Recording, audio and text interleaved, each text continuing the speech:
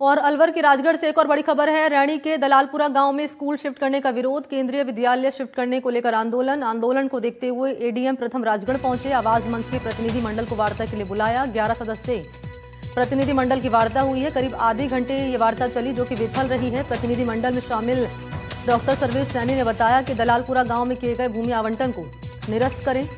वो इस बात को मानने को तैयार नहीं थे।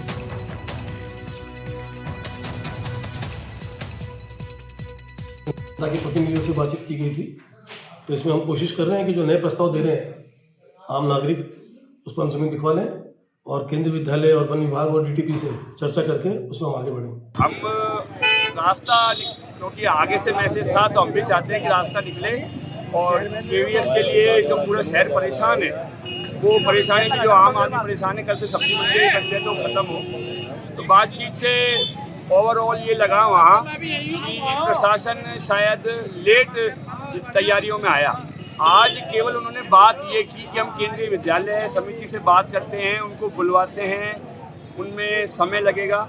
लेकिन ये तैयारियां अगर एसडीएम साहब पहले से ब्रीफ करती हैं अलवर कलेक्ट्रेट को कि साहब इस तरह से बाजार बंद है, ये तैयारियां 5 दिन पहले से होती तो ज़्यादा अच्छा रहता। एडीएम साहब ने उपखंड कार्यालय के अंदर एक हमारी 11 सदस्यीय सर्व समाजीय टीम को वहाँ बुलाया और वार्ता की, लेकिन मुझे नहीं लगा कि एडीएम साहब वार्ता के लिए आए और इस धरना प्रदर्शन जो चल रहा है उसको समाप्त कराने के लिए उनको कोई बहुत सिस्टमेटिक ढंग से जो बात करनी चाहिए थी वो नहीं कर पाए। पता नहीं उनका क्या सोच था और किस तरीके से वो बात करना चाह रहे थे। ये पूरी जो हमारी समिति थी उसके ये समझ में ये नहीं आया कि एडीएम साहब चाहते क्या है।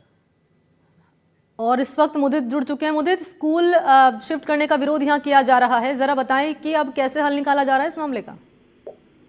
जी बिल्कुल, ये राजगढ़ कस्बा है जहाँ पर केंद्रीय विद्यालय सैंक्शन किया गया था और उसके बाद उस केंद्रीय विद्यालय जो वहाँ पर सैंक्शन हुआ उसको रैणी क्षेत्र में शिफ्ट कर दिया गया।